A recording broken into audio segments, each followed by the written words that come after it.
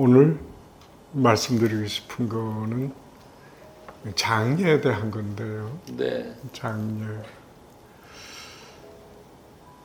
장례를 어떻게 기독교식으로 지내시죠?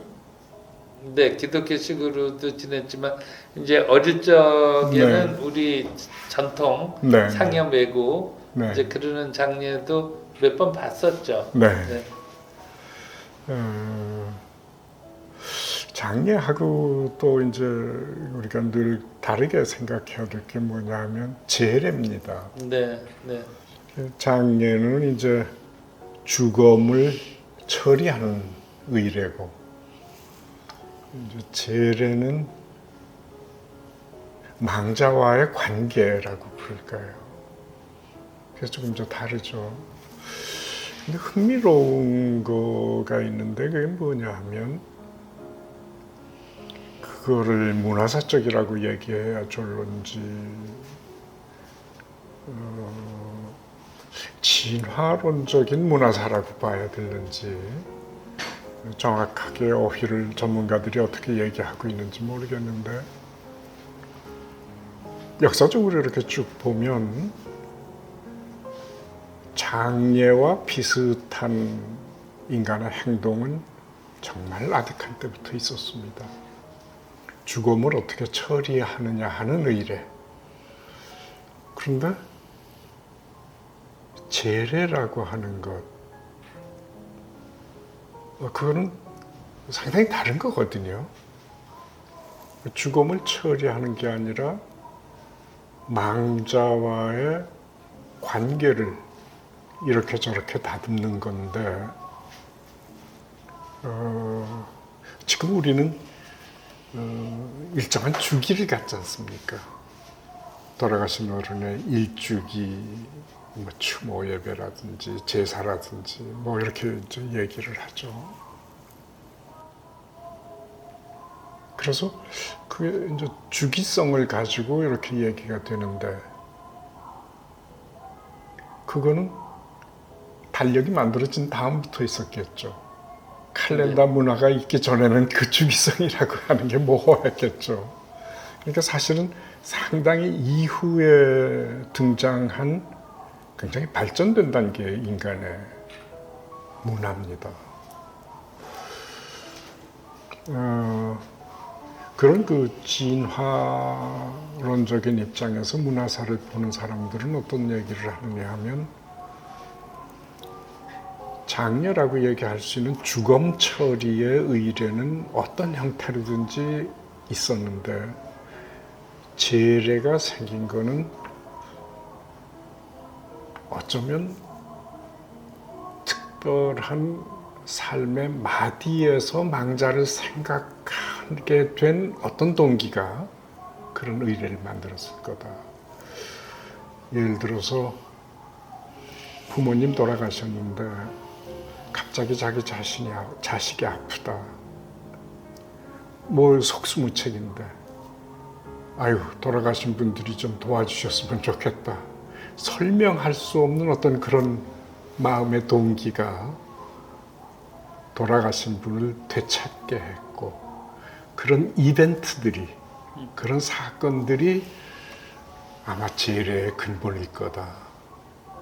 죽음과의 만남, 망자와의 만남이라고 하는 묘한 관계를 설정하게 된 계기가 됐을 거다. 그러다가 칼렌더가 쓰여지게 되고 천체 운행의 주기에 따라서 되풀이 된다는 생각을 하면서 1주기, 2주기 하면서 그 마디마다 망자를 생각하게 된, 그래서 일정한 몸짓 연희가 생겨가지고 형식이 자리 잡고 그러면서 우리가 지금 얘기하는 제사라는 문화가 형성됐을 거다.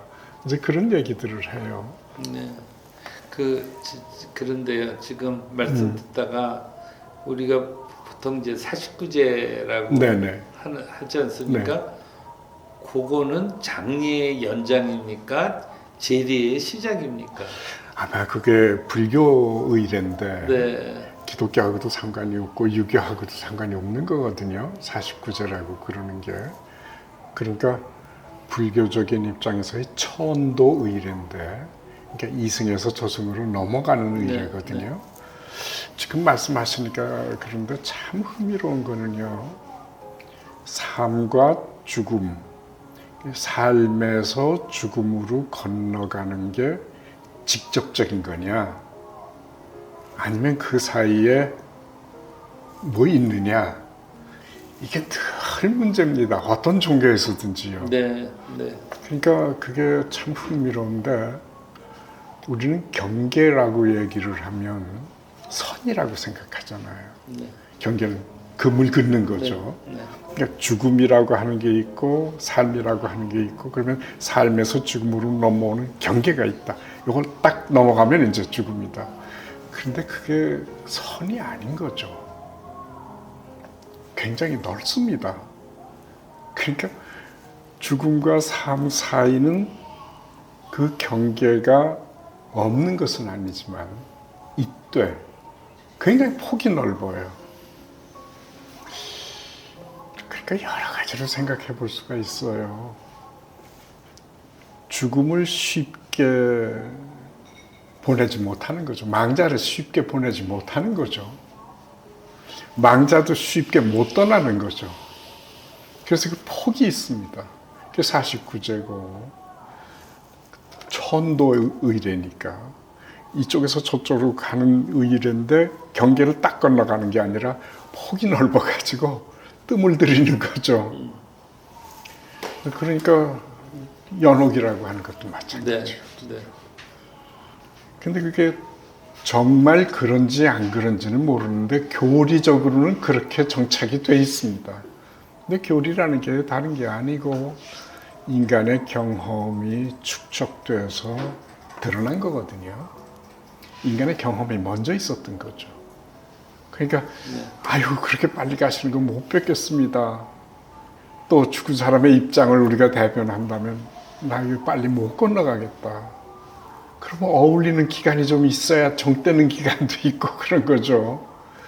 그래서 49제, 연옥 이런 것들이 좀 만들어진 건데 그게 있어 그렇게 살아야 된다는 게 아니라 사람들의 그런 정서적인 경험이 그런 걸 만드는 거죠. 그래서 저는 어렸을 때 네. 우리의 전통 장례, 네. 그러니까 그때는 그 이제 동네 사람들이 다 했죠. 아, 그렇죠. 그럼요. 염도 동네 사람들이 그럼요. 하고 뭐 네. 그런데 그다음에 이제 상여가 나가고 네. 이러는 그 며칠의 과정을 보면서 그러니까 이거는 산 사람들을 위한 네. 거 아닌가. 그럼요. 그런 생각을 했습니다. 네. 모든 죽음과 관련된 모든 의례가 사실은 산 사람들을 위한 겁니다. 산 사람들을 위한 건데 산 사람들을 위한 거라고 하는 전제 속에서 죽음 망자도 등장을 하는 거죠. 네. 네. 그러니까 망자의 등장이라고 그러는 게 사실은 산 사람들이 바라는 망자가 등장하는 거죠. 망자가 자기 의지를 가지고 자기 출현을 결정할 수는 없는 거니까요. 그래서 이런 어찌됐든 그런 어떤 진보적인 문화사 이런 입장에서 보면 장례는 늘 있었는데 망자와의 어떤 관계를 생각을 하는 산자와 죽은 자의 관계를 생각을 하는 제례라고 하는 것은 상당히 후기에 발전됐을 거다. 그리고 그것은 철저하게 지역 따라서 시대 따라서 전승된 그 풍속에 따라서 그 문화권의 특성을 그대로 발휘하고 있을 거다. 그런데 우리나라에서는 이제 가장 중요한 게 유교적인 의례죠. 조선조가 바짝 붙어 있었으니까요. 그 전에는 유교적인 의례 이전에는 불교적인 것도 기능했을 거고 무속적인 것도 기능을 했을 거고요. 근데 그 과정에서 또 하나 참 중요한 게 뭐가 있느냐 하면 어떻게 생각하세요? 망자는 어떤 실체로 있을까요? 망자의 실체는 뭘까요?